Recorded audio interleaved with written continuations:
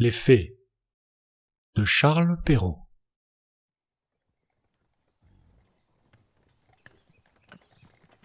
Il était une fois une veuve qui avait 2 filles.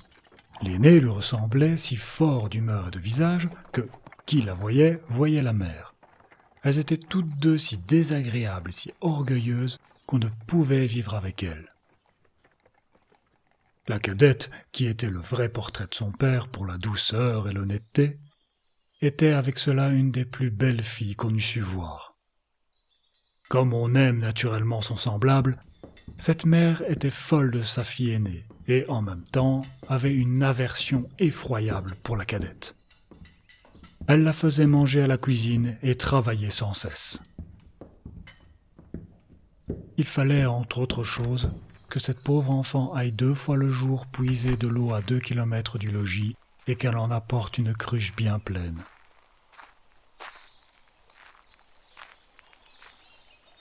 Un jour qu'elle était à cette fontaine, il vint à elle une pauvre femme qui la pria de lui donner à boire.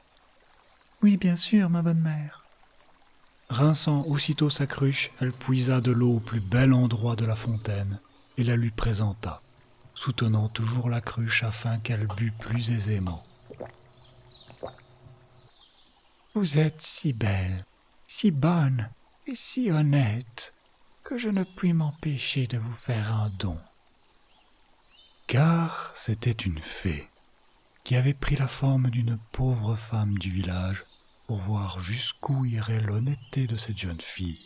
« Je vous donne pour don qu'à chaque parole que vous direz, il vous sortira de la bouche ou une fleur ou une pierre précieuse. » Lorsque cette belle fille arriva au logis, sa mère la gronda de revenir si tard de la fontaine.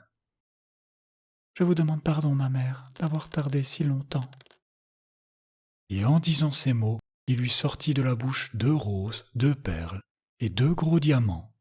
« Mais que vois-je là ? Je crois qu'il lui sort de la bouche des perles et des diamants. D'où vient cela, ma fille ?»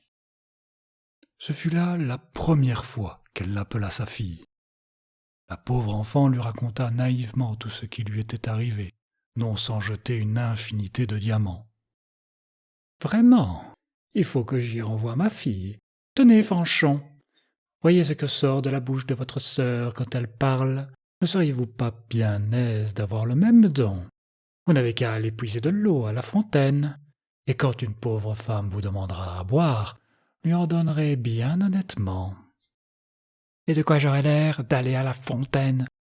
Je veux que vous y alliez, et tout à l'heure. » Elle y alla, mais toujours en grondant. Elle prit le plus beau flacon d'argent qui fût dans le logis.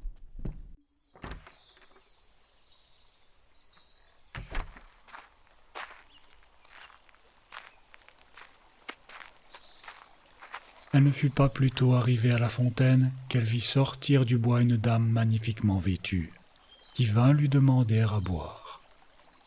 C'était la même fée qui avait apparu à sa sœur, mais qui avait pris l'air et les habits d'une princesse, pour voir jusqu'où irait la malhonnêteté de cette fille.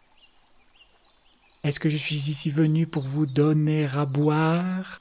Justement, j'ai apporté un flacon d'argent tout exprès pour donner à boire à madame. J'en suis d'avis, buvez à même si vous voulez. Vous n'êtes guère honnête. Eh bien, puisque vous êtes si obligeante, je vous donne pour don qu'à chaque parole que vous direz, il vous sortira de la bouche ou un serpent ou un crapaud. »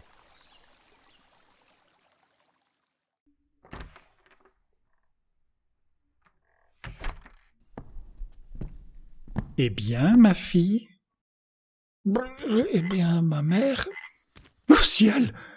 Que vois-je là ? C'est sa sœur qui est en cause. Elle me le paiera. » Et aussitôt elle courut pour la battre. La pauvre enfant s'enfuit et alla se sauver dans la forêt. Le fils du roi qui revenait de la chasse la rencontra et la voyant si belle, lui demanda ce qu'elle faisait là toute seule et ce qu'elle avait à pleurer. « Hélas, monsieur, c'est ma mère qui m'a chassé du logis. » Le fils du roi, qui vit sortir de sa bouche 5 ou 6 perles et autant de diamants, la pria de lui dire d'où cela lui venait. Elle lui conta toute son aventure. Il en devint amoureux, et considérant qu'un tel don valait mieux que tout ce qu'on pouvait donner en mariage à l'autre, l'emmena au palais du roi son père, où il l'épousa.